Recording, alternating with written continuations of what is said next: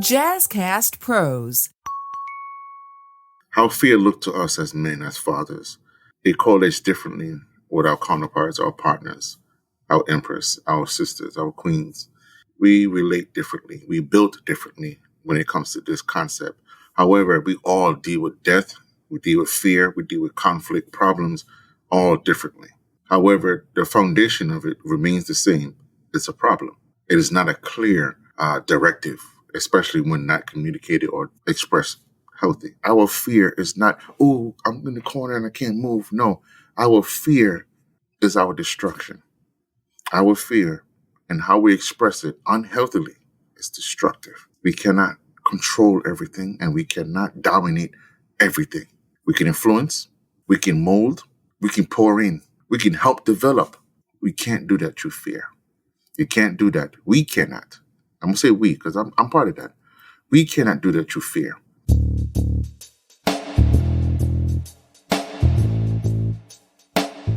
Greetings, good night, good morning, good evening. You could be anywhere if you're here listening to me. Welcome to Fatha Torch, the podcast to help you new and renew fathers cope with the anxiety and stress of fatherhood so that you can be the dad you wish you had. I'm your host, Ra, founder of Abimelech Foundation, an artist, a father of 9. My mission is to help you reclaim the power and ease your concerns about being a father in today's social climate. So the episode comes to you through a personal experience that I have not too long ago. It was a loss. It was a senseless loss. And I'm here to talk about the fears and, the ways that most men and most of us deal with that.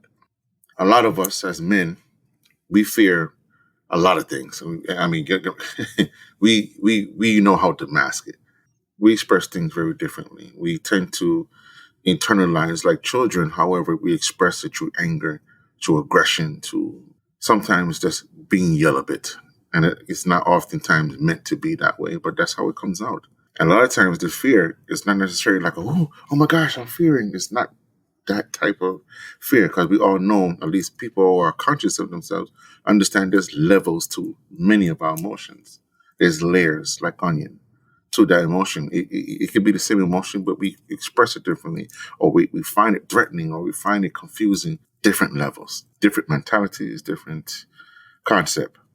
As men, sometimes we tend to try to avert it by trying to conquer it from early. And sometimes that can create problems in the present because we tend to try to tackle it by leaping boundaries, leaping the steps of how to grieve or how to forget or heal.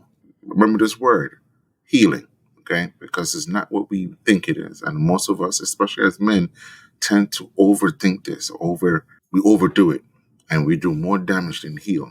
Everyone does it, but again, my aim is to speak to my brothers, man to man, father to father, son to son.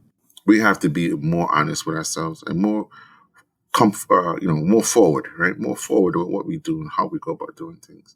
For example, men who are family and who have family, lost family, or in the struggles in familyhood. Sometimes our foresight, our insight of things is so far ahead that when we look back, everything looks far.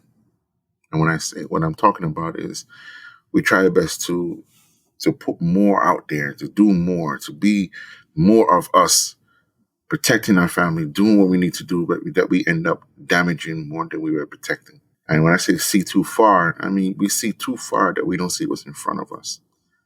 And because of that, we are oftentimes misunderstood. Even though your intent is well and we are good, we do more damage. We do more hurt or hurting. And we don't realize because we're not putting the connection together.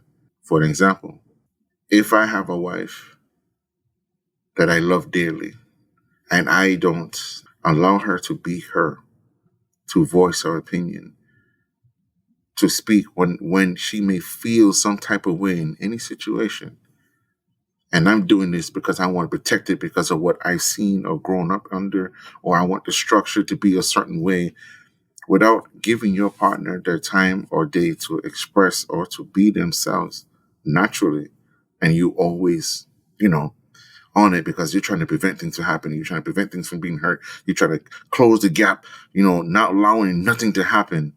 You're doing more damage because you're not allowing it to be free and boisterous and as themselves. They have to be on eggshells. They have to be on, more than what they normally would be on a relaxed situation. A lot of times when it comes to relationship for men, I know a lot of times women will say things like, well, my man loves me and I do this because because he loves me and this and that. And the thing is, most of the time, believe it or not, most men, it's not the love that gets us. It's not the love that says, oh, I feel fulfilled. It's the respect. It's the honoring. It's the attentiveness. If all you did is whine and complain, our fear is that you're going to use and hurt and damage. So we express it differently. We express it in a way that is not so much favorable for you, but is damaging to the relationship itself because I'm always on guard, right? I'm always got to be, the man, right? I got to be the guy. And it should not have to be that way because you are on guard all the time. There's no time for you to be gentle. There's no time for you to be affectionate. There's no time for you to let that guard down and to be vulnerable. It's a key word, right? Vulnerable. It's hard enough already to be vulnerable as a man, especially in this society. As a black man, it's hard to be vulnerable. Then to come home and be vulnerable to someone who all they do is jab at you. It can be hard, brothers. I know. And the fear is that although you may love her and although you met under certain circumstances or you kinder situations or loving situations, it becomes this situation only because there's no communication and understanding. I'm not telling my brothers to take abuse, verbal abuse, disrespect, belittling, emasculating.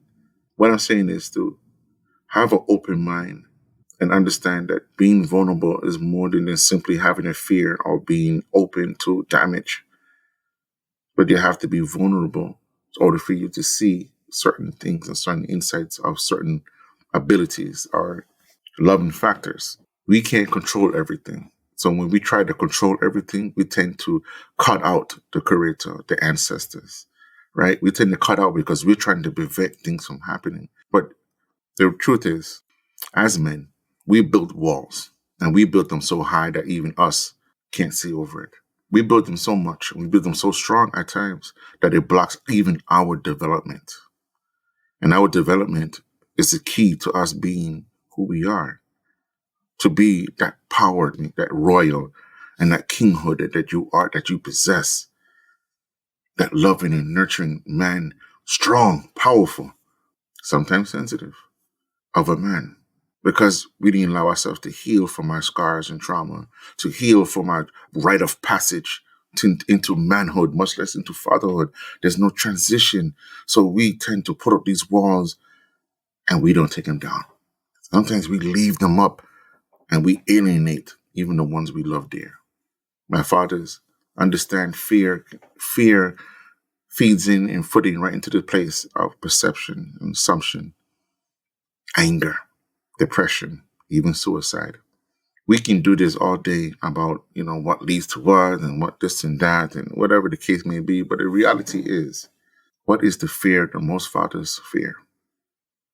Most fathers fear unable to provide, to have their family break apart, the anxiety of separation. My kid's here and you over there and someone else doing this here and I'm not able to reach, protect, or love. The fear that I'm not given enough. The fear that I gotta be on the grind or I am categorized or ostracized as being less or weak than. The fear of others questioning my fathering. Is it good? Is it strong enough? Is it well? Is it what it should be? It doesn't matter what we do and how we do it. We cannot control or dictate everything. We have children. We all have children. We wouldn't be fathers. We wouldn't be fathers if we didn't have children. We all are fathers who have children. Lord, behold, we instill such greatness in them. We instill power, strength. We give them the sense of the game. We give them, truth. And no matter what you give them, they cannot give them a mind. We cannot control every little things they do. If they start to put on eyelashes, if they start to put on makeup, if the son starts to wear shorter clothes and more, more baggier clothes or even slimmer clothes, if we start being more attractive to whoever, we can't control these things because these are part of development, biological, in nature, development that we cannot control. All we can do is mold and guide. But when we let our fears become unbalanced, our love becomes, it seems less, but it's there, but it's just unbalanced. So we become aggressive, moody. Every little thing is an issue. You fart too loud, you burp too loud. And I get it. It's our duty, is embedded in us to protect our loved ones. But we live in a world that no matter what you do and how you do it, you are 1 against 1,000. You are 1 against 1,000. And although you may hold the majority, the 51%, the other 49 will always try their best daily to trick, manipulate, you name it. However, don't allow your fears to overcome you, consume you with such rage and frustration that you feel that you need to control every little thing to get everything in order. If you are always at a tension, always at a grip, and always holding on with the kung fu grip, you lose them. They become resentful of you because you're not just simply protecting, you are stifling the growth. Now, again, I don't want you to misunderstand what I'm telling you. Stifling the growth with the kung fu grip cannot work. However, instilling self-worth, developing along with them qualities, abilities, talent within them works. If you pour in love with them and still stay firm and let them know that you're there, it works. But if all I can do is hold on to you and squeeze you and tell you can't go anywhere because I'm protecting you, you are hurting them, brother. You are stifling them. And this is just from the father to child. And when it comes to father or men to woman, we may feel because we are considered head that what we say goes and as we say must go. Understand, you can do anything you want, but not as long as you want. Not as long as you want. And I want you to understand this in the purest form. If you cannot appreciate trust, if you cannot communicate effectively with love and understanding and with reciprocity, just and reciprocity, you will end up losing them and regretting how you went about doing things. I'm not telling you to change your ways. I'm not telling you to change who you are or to be something else. All I'm saying to you, the factor is that love and fear is true motivation. It's the only reasons why we do anything. It's the only reason why we do anything. How we think of ourselves, what we do, how we think of other people, how we view their view of us. It will dictate how high our wall is, how thick the wall is, what color it be, right? And then we depict it not to reflect them, reflect them. We would depict it at us. We built the wall to protect us or to block us from others. We have to be better and mindful of what we are doing. This is why I mentioned before about what we got to destroy versus what we got to build. Sometimes in life, especially as men, when we go through rite of passage, this is why we destroy certain things and rebuild other things. We protect you as a child, cannot protect you as a man. I said this before. What I'm saying in all due respect is we as men must connect to our ancestors, to the Most High. We must connect with the fact that our fear is not, oh, I'm in the corner and I can't move. No, our fear is our destruction. Our fear and how we express it unhealthily is destructive. We cannot control everything and we cannot dominate everything. We can influence, we can mold, we can pour in, we can help develop, we can build skills. But we can't make you use it, we can't make you like it, and we can't make you do it. None of that we can do. Not without hurting them, forcing upon them another level of pain and resentment. Hey, if you're enjoying this episode, check out the Healthy Illness Podcast with me, Kelly Marie, as we build healthy relationships while living with mental health conditions. I'm diagnosed and live with borderline personality disorder, major depression, and generalized anxiety. And despite those diagnoses, I've been able to live a full life. I have healthy relationships, a great career, and my mission is to help you do the same. So join me for Healthy Illness Podcast. New episodes every Monday on the Jazzcast Pros Network, found on the podcast player you're listening to right now. Be the light. For us fathers who have girls, I myself, it is a beautiful and painful, I'm telling you, beautiful and painful reality. Because although they are beautiful, they are dangerous. Because you're dealing with things and factors that, again, that's beyond our understanding. Because I know about you. I know I can't teach my daughters how to be a woman, but I can teach them and instill in them what men, like boys, men find qualifying and quality in a beautiful, strong Black woman. But I can't teach her to be a man. She can go find someone who's similar or likeness of me, but it won't be me, especially if I don't pour into her. This is what it feels like when someone treats you nice and someone finds you beautiful. To my sons, I cannot invade to them about what is love to me compared to what they see love as. So I have to teach them and prepare them for the transition, the rite of passage into manhood, as well as fatherhood, even though they're not there yet. Prepare them in their heart, in their mind, in their spirit, in their emotion. Prepare them so they know how to treat, how to advocate, how to protect, and stay healthy in their relationship. This has nothing to do with perfection. This has nothing to do with they're going to have a house on the hill and every day is a sunshine. No. Protect, love, advocate. All of this is part of the deal. All of this is something that we must protect, we must help develop. We can't do that through fear. You can't do that. We cannot. Lord knows I've been there. Lord knows I've been through that stage where I thought I was protecting him. I was hurting. I seen certain things and it gave me flashbacks or, I remember, when I was younger or how I was and I reacted based off assumption and perception, right? We have to understand this. Not everything that looks like gold is gold. And doesn't mean everything that smells like shit is really shit. Perception have a way of triggering certain fears, especially in us men, because it's embedded for us to say, we got to protect you from men like us and boys like us. I'm going to say boys, not men, boys like us. But if I instill in them love and protection with reason and balancing, healthy, we can't go wrong. We can't go wrong. But if all I do is bash, hold, cuss, scream, yell, fuss about everything and anything, and I mean, again, you are right to have this fear feeling because we know what is out there. You can't control everything through aggression, through anger. We cannot control every single emotion in development.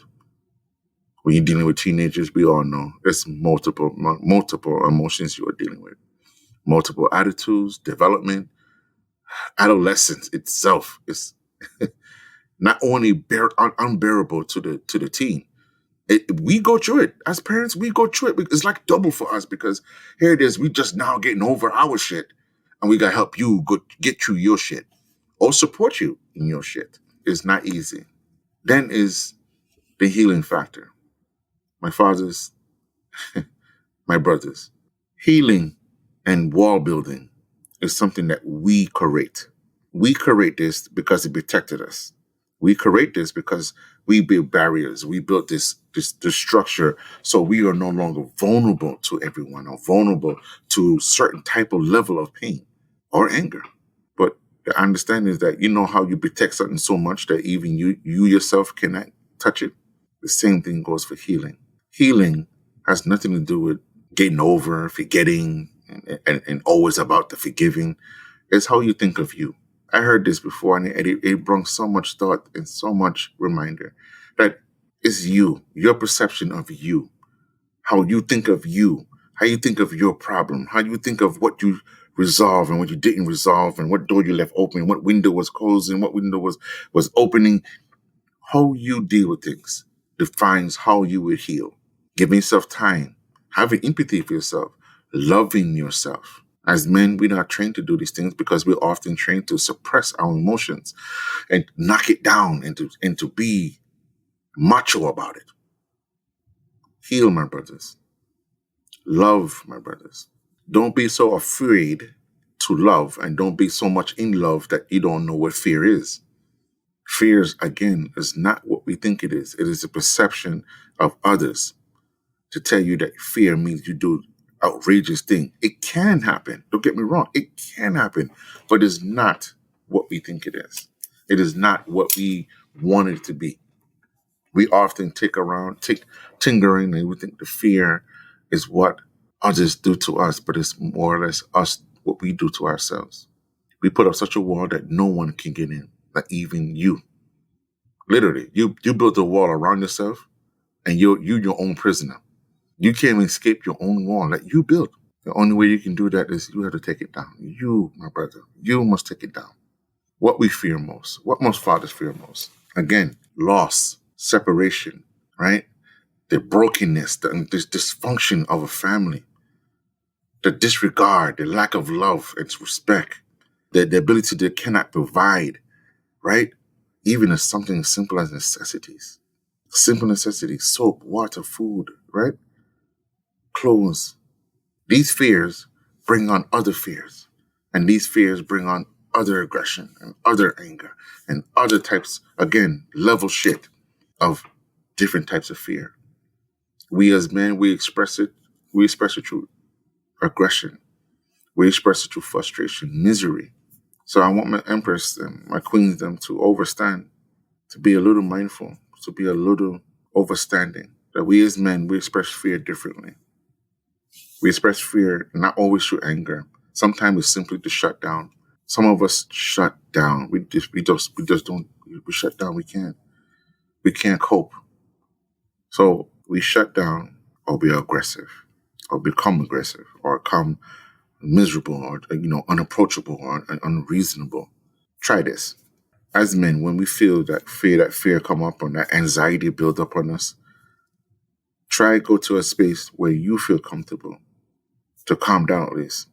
Then create a space that you are uncomfortable. When I say uncomfortable, I mean come out of that comfort zone and try to learn and live in this space. Because you already mastered the space. You don't put your groove in. It's like that master chair. You got your ass print on it. Your chair is built for you. That's on your time. That's when you doing your thing. But when you're on your duty, when you're on your father duty, and you're doing what you need to do, this can't be it. This can't be it, right? This can't be where you need to be, right? It has to be better. It has to be better. We must develop the skills necessary to adapt. We must build the necessary ambition and realistic goal setting when we have a family, as fathers, as men, okay? I'm not going to say it's a must in the duty, but it's ordained, okay? Ordained for us to help provide for these things. And I say word, help provide, because our queens do the same. They help us be more of a man. They help us complete us as men. So with that being said, we have to help complete ourselves that we can help them be the mother, right? So we can work together, right? So we can do things as one. But if all I'm doing is trying to cover you, remind you of bullshit, and we constantly in argument, and we're not developing, we're not building, we're not doing anything, what's the sense? We're going to live in fear and anger, and the only time we're not in fear and anger is when we're busting out in the bed and smoking or something or drinking something. That's not living. That is horrible. That's not living, man. That is misery. That is misery. Fathers, my brothers, men, take time to heal. Take down the walls. Take it down to a level that you feel uncomfortable but comfortable at the same time. And I say this because you're taking it down so you can rebuild it, that you are comfortable, that you are doing what you need to do, that you are doing all that you can do without confusion, frustration, aggression, loneliness, depression, without these things being nourished right underneath your nose. I say this, my brothers, and I'll leave you with this thought. Love the one you're with. Love yourself enough to know the difference between love and just simply, omitting your love. Be who you always want to be, the dad you wish you had. Don't live through fear and don't live through your emotions carelessly. Live through the fact that you know that you are a man and that you are a father and you want the best for your children and wife, your household. Love the fact that you are capable and able to provide, even if it's laugh, even if it's just gestures, even if it's just to build, even if it's just to make your family happy, safe and secure. There's always room to learn. Don't be hard on yourself. Don't doubt yourself. Don't doubt your ability. And for those who are in the position that they feel that they are balanced, there's always room to grow. Who feel that, others who may feel that, I don't need nobody to tell me nothing. So true. So true. But be mindful that arrogance, the boastfulness, and the ability to think that you know all will get you nothing and lose all. Don't be so prideful that you cannot learn or listen to your partner. Listen to you. Open your ears and be mindful of this. Be mindful of these actions. Be mindful of all that you are doing. I say this, my brother, please, I beg of you, brothers. Look to your wife. Look to your family. Look at your children and think to yourself, how can I be a better or a father that I wish I had if all I'm doing is blocking them? If all I'm doing is protecting them from something that has not or will not happen if I don't protect them from it, if I don't teach them? How can I protect them if I don't teach them? How can I love them if I have not expressed this? How can they know better and know me as a man, as a father, as a husband, if I don't allow them to love me, let them in? I can't crack the door and say, squeeze your big ass body through it. I have to open up and say, come in. And I have to do it openly, willingly, without judgment, without the noose, right? We have to do this in love. We do this without judgment, without personal biases. Does this mean you're going to have a perfect relationship? No. Does this mean you're not going to have an argument? No. But it will eliminate the jealousy, the fear of empty or abandonment. It would eliminate the personal biases that you may have of whoever you're dealing with. You will know that they are not their parents and they are not their friends. They are not who they came from or the family they were born into. They will be who you love in them. That's my takeaway. That is my whole legit of it. Don't live through fear. It is a wicked deception, and it's perception and assumption that will get you alone and damage. My brothers, have a blessed morning, have a blessed night, have a blessed evening. Check me out on fathatorch.com. Subscribe. Listen to me for our Sunday. And again, make this your reality. Not to live in fear, but live in love. To live to heal. And trust in your protection. Your ability to teach, love, and protect without judgment. I'm your host, Ron Rastafari.